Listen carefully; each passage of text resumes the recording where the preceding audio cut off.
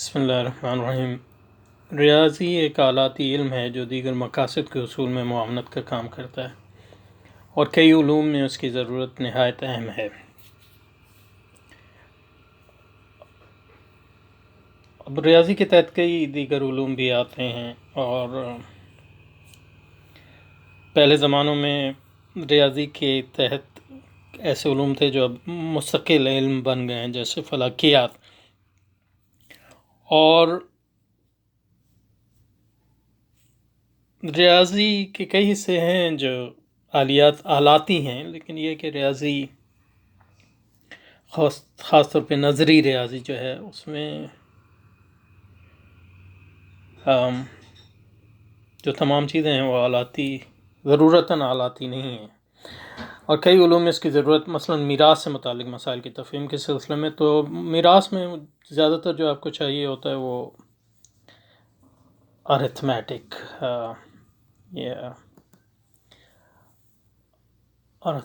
یعنی حساب، یا نمازوں کے اوقات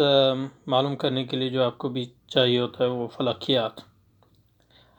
لیکن اس سے قطع نظر دو خطرات ایسے شدید و مہلک ہیں، تو اس لحاظ سے اس حد تک ریاضی جو جاننا جو علوم شرعیہ کو سمجھنے کے لیے ضروری ہے، تو وہ فرض کفایہ ہے، اور ان کے حق میں جن کو یہ ضرورت ہے پھر یہ متعین بھی ہو جاتا ہے، یعنی ان کے حق میں فرض عین بھی ہو سکتا ہے۔ لیکن یہ کہ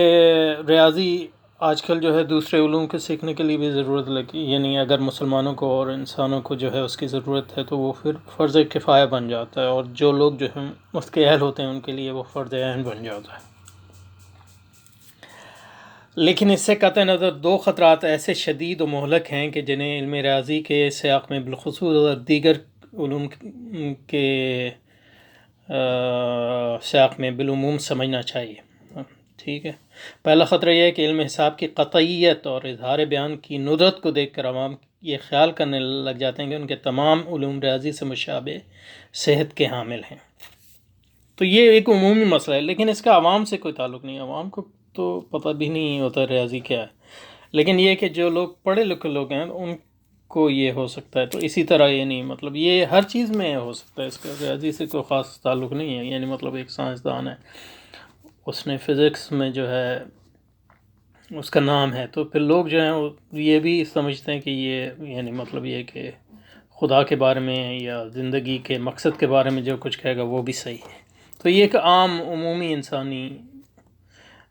میلہ اور رجحان ہے، حتیٰ کہ یعنی جو اداکار ہوتے ہیں نامور ہو جاتے ہیں تو پھر لوگ ان سے یہ پوچھتے ہیں کہ مطلب زندگی کا مقصد بتائیں، یا ان کے سیاسی افکار وغیرہ وغیرہ، اور آپ دیکھتے ہیں کہ کتنے سیاسی یعنی کرکٹر جو ہیں ہمارے جو ہے وزیر اعظم بن گئے، یا یعنی اداکار بھی سیاست میں آتے ہیں، تو اس کا کیا مقصد ہوتا ہے کہ لوگ سمجھتے ہیں کہ اس نے زندگی کے ایک شعبے میں اگر یہ کافی نامور ہو گیا اور اس نے جو ہے کافی برتری دکھائی، تو اس سے وہ یہ غلط نتیجہ نکالتے ہیں کہ وہ ہر علم میں جو ہے برتری ہے۔ کچھ لوگ ہوتے ہیں جو مطلب یہ کہ ایک سے زیادہ چیزوں میں ماہر ہوتے ہیں، لیکن اتنا زیادہ ایسے لوگ کم ہوتے ہیں اور زمانے کے ساتھ، یعنی غزالی ایک ایسے آدمی ہیں، تو لیکن یہ کہ ایون اسلامی تاریخ میں ایسے لوگ کم ہوتے ہیں، خاص طور پہ پچھلے زمانوں میں۔ پہلا خطرہ یہ ہے کہ علم الحساب کی قطعیت اور اظہار بیان کی ندرت کو دیکھ کر عوام یہ خیال کرتے ہیں کہ ان کے تمام علوم ریاضی سے متشابہ صحت کے حامل ہیں۔ صحت یعنی وہ سچائی پر مبنی ہے، جس خدشے کو مکمل سنجیدگی کے ساتھ محسوس کیا جانا چاہیے۔ لیکن یہ کہ اس میں علوم کا تو کوئی قصور نہیں ہے، اس میں لوگوں کے افہام کا قصور ہے، اور اس کو دور کرنا چاہیے، ورنہ تو اس کا صرف علوم پر نہیں بلکہ جیسے کہ میں نے کہا ہر چیز پر اس کا لاگو آتا ہے یہ قانون، جس خدشے کو مکمل سنجید۔ تو اسی طرح مطلب یہ ہے کہ اسی لیے اس کو آپ جو ہے اس پوری دلیل کو اس کے جیسے کہ انگریزی میں کہتے ہیں you can turn on its head in the sense that کہ اگر یہ بات ہے تو پھر ہمیں علوم ریاضی کچھ نہ کچھ تو سیکھنا چاہیے تاکہ اس کے بارے میں جو ہماری دہشت ہے وہ گھٹ جائے، اور جو چیز آپ جان لیتے ہیں تو اس لحاظ سے پھر یہ جن لوگوں کو پھر علم میں، جیسے کہ میں نے کہا، یہ فرض کفایہ بن جاتا ہے، اور جن لوگوں میں اس کی اہلیت ہے ان کے لیے فرض عین ہو جاتا ہے۔ جس خدشے کو مکمل سنجیدگی کے ساتھ محسوس کیا جانا چاہیے وہ یہ ہے کہ اس کائنات سے متعلق وہ حقائق جن کے بارے میں مختلف آراء موجود رہی ہیں اور بہت سے اذہان بھٹک کر گمراہ ہو گئے، اس وجہ سے بھٹک کر گمراہ ہو گئے کہ انہوں نے ریاضی دانوں کو جو ہے اپنا امام بنا لیا۔ تہذیبوں کے درمیان تصادم اور تاریخ کے اوراق کا مطالعہ کرنے والے طالب علم کو درپیش علمی مسائل کے حل کے لیے امام غزالی ایسا کلیہ اور قانون پیش کرتے ہیں کہ جس سے تشفی بخش جوابات کی تلاش میں بہت مدد ملے گی۔ فرماتے ہیں ایک ایسا شخص جو کسی فن میں مہارت حاصل کرتا ہے، اس میں نام پیدا کرتا ہے، تو اس کا مطلب یہ نہیں کہ وہ ہر فن میں اس کی قابلیت کہاں ملے۔ تو یہ قانون صحیح ہے اور اس کا دین پہ بھی لاگو ہوتا ہے اور غیر دین پہ بھی، یعنی بہت دفعہ ایسا ہوتا ہے کہ علماء جو ہیں کسی ایک فن میں ماہر ہوتے ہیں، لیکن یہ کہ وہ پھر آراء جو ہیں دوسرے فنون میں بھی دیتے ہیں، لوگ سمجھتے ہیں کہ ان کے آراء کو اتنا ہی درجہ حاصل ہے۔ یعنی مطلب یہ کہ ایک عالم جو ہے وہ آئلی فقہ میں اس کی مہارت ہے، لیکن یہ کہ اس کو سیاسی فقہ کا کچھ نہیں پتہ، یعنی یا اس لیے نہیں پتہ کہ وہ واقع کو نہیں سمجھتا، اور یا اس لیے نہیں پتہ کہ اس نے اس کو زیادہ اس پہ پڑھا نہیں ہے، لیکن لوگ جو ہیں پھر بھی تو اس لیے ہم دیکھتے ہیں کہ علماء جو ہیں سیاسی امور پر، یعنی بڑے بڑے علماء جو ہیں غلط فتوے دیتے ہیں۔ اس کی وجہ یہ ہے کہ وہ اس علم میں ماہر نہیں ہوتے۔ تو یہ جو قانون ہے اس کا تعلق ہر علم سے ہے اور ہر طرح کے علماء سے ہے، اور اس کا تعلق علم اور فن سے بھی ہے، اور اس کا تعلق زندگی سے عمومی طور پہ ہے کہ، اور اس سے دوسری چیز یہ بھی ہے کہ مطلب یہ کہ ایک آدمی اگر ایک پہلو میں گمراہ ہے تو اس کا مطلب نہیں کہ وہ ہر پہلو میں گمراہ ہے، تو اس کا ایک دوسرا پہلو بھی ہے۔ اس لیے مطلب یہ ہے کہ لوگ یعنی جب ایک آدمی سے جو ہے متنفر ہوتے ہیں اس لیے کہ اس نے ایک گمراہ کن بات کی، اور عوام کے لیے ہونا بھی چاہیے، لیکن یہ کہ یہ مطلب نہیں ہے کہ اس کے ہر پہلو کو رد کر دیا جائے، کیونکہ یہ انصاف نہیں ہے اس میں۔ ایک ایسا شخص مثلا یہ کہ اب مولانا تقی عثمانی صاحب نے جو ہے اسلامی اکنامکس پہ جو کام کیا وہ کافی، یعنی مطلب یہ ہے کہ اس کے منفی پہلو ہیں، لیکن اس کا مطلب یہ نہیں ہے کہ ان کے سارے مثبت پہلو کو، مثبت کام کو ہم رد کر دیں۔ تو ایک ایسا شخص جو کسی فن میں مہارت حاصل کرتا ہے، اس میں نام پیدا کرتا ہے، تو اس کا مطلب یہ نہیں کہ وہ ہر فن میں اس کی قابلیت کا حامل ہے۔ ایسا نہیں ہے کہ ایک شخص جو قانون و الہیات کا نہایت عمدہ عالم ہے، اس کی باریکیوں کو بہت عمدگی سے سمجھتا ہے، تو فن طب کے اصولوں سے بھی واقف ہوگا، یا فلسفہ و دیگر علوم عقلی سے ناواقف شخص قواعد و گرامر کے اصولوں سے بھی نابلد ہوگا۔ ہر علم کے کچھ ایسے ماہرین موجود ہوتے ہیں جو کہ ایک فن میں ماہر ہوتے ہیں مگر دوسرے فن کے لیے مطلق جاہل ہوتے ہیں۔ تو یہ ایک اہم اصول ہے، اور اس اصول کو جو ہے مد نظر رکھنا چاہیے جیسا کہ امام نے فرمایا۔ اور لیکن اس میں یہ بھی یاد رکھنا چاہیے کہ جو عالم جس کو کہتے ہیں ہم اسلامی اصطلاح میں، تو عالم جو ہے آپ تبھی بنتے ہیں کہ کئی علوم میں آپ کو درجہ یعنی تخصص حاصل ہو۔ تو اس لیے مطلب یہ کہ ایک علم یا دو علم کو جاننے سے کوئی عالم نہیں بن جاتا،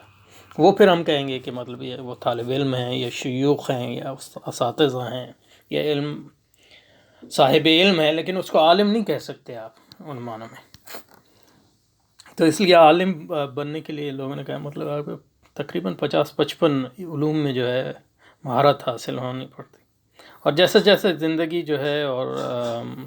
معاشرہ جو ہے پیچیدہ ہوتا جاتا ہے تو بہت سے اور نئے علوم، تو آج جو ہے ایک عالم کے لیے مطلب ریاضی جاننا، اور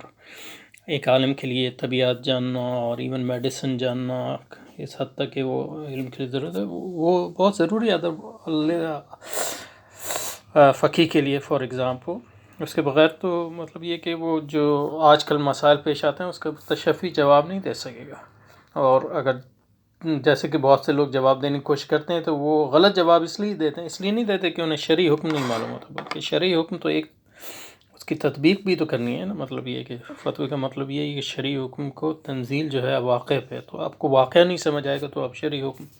اور پھر ایسے مسائل پیش آتے ہیں جو پہلے انہوں نے کبھی ان کو سنا بھی نہیں تھا، تو آپ کو پھر اجتہاد کرنا پڑتا ہے.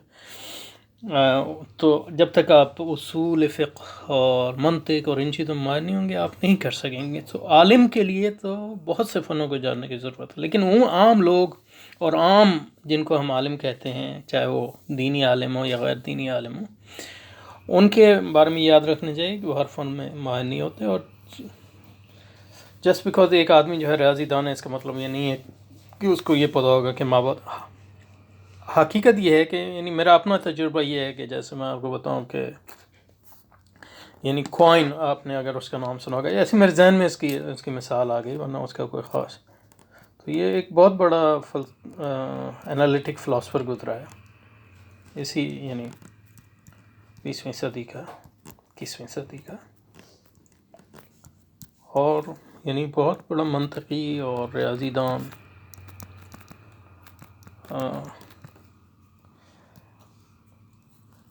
لیکن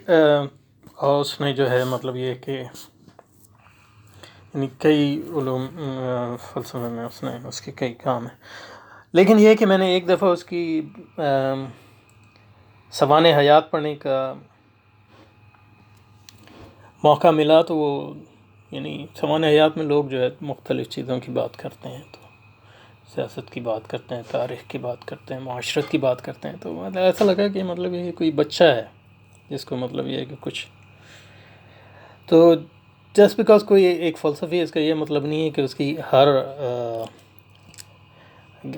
گہری ہر پہلو پر حیات کی گہری نکال. بہت سے لوگ ایسے ہوتے ہیں خاص طور پہ جو متخصص ہوتے ہیں وہ اپنے فنون میں ماہر ہوں، لیکن یہ کہ ان کی عقل جو ہے دوسرے امور میں بالکل بچکانا یا اس سے بھی گئی گزری ہو سکتی ہے. تو یہ ایک بہت اہم بات امام نے فرمائی.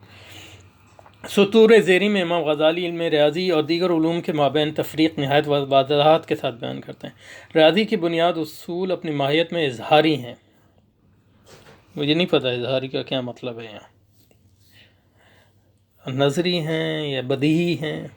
جبکہ الہیات کی بنیاد جو ہے قیاسات پر ہے. میرا خیال ہے وہ کہنا چاہتے ہیں ظن و تخمین پر ہے، کیونکہ قیاس کا تعلق ظن و تخمین سے نہیں ہے. قیاس کا مطلب تو یہ یعنی مطلب یہ ہے کہ قیاس منطقی بھی ہوتا ہے. قیاس کا مطلب جو ہے اگر قیاس منطقی کی بات کر رہے ہیں تو قیاس کا مطلب ریزننگ یعنی پروسیس آف ریزننگ. اور اگر قیاس فقہی کی بات کرتے ہیں تو قیاس فقہی میں جو ہے وہ انالوجیکل ریزننگ جو ہے وہ تو جو اہل علم ان علوم کو قار کا مطالعہ کریں گے اس سے نقطی. تو کہنے کا مقصد یہ ہے کہ اور یہ بات جو ہے مطلب یہ ہے کہ کسی حد تک کانٹ نے بھی بعد میں کہی اور دوسرے لوگوں نے بھی کہی، وہ یہ ہے کہ ریاضی کا تعلق جو ہے، اب ریاضی کی ماہیت کیا ہے اس کا یعنی ہمیں اس میں بہت بحثیں ہیں. یعنی سب سے بڑی بحث تو یہ ہے کہ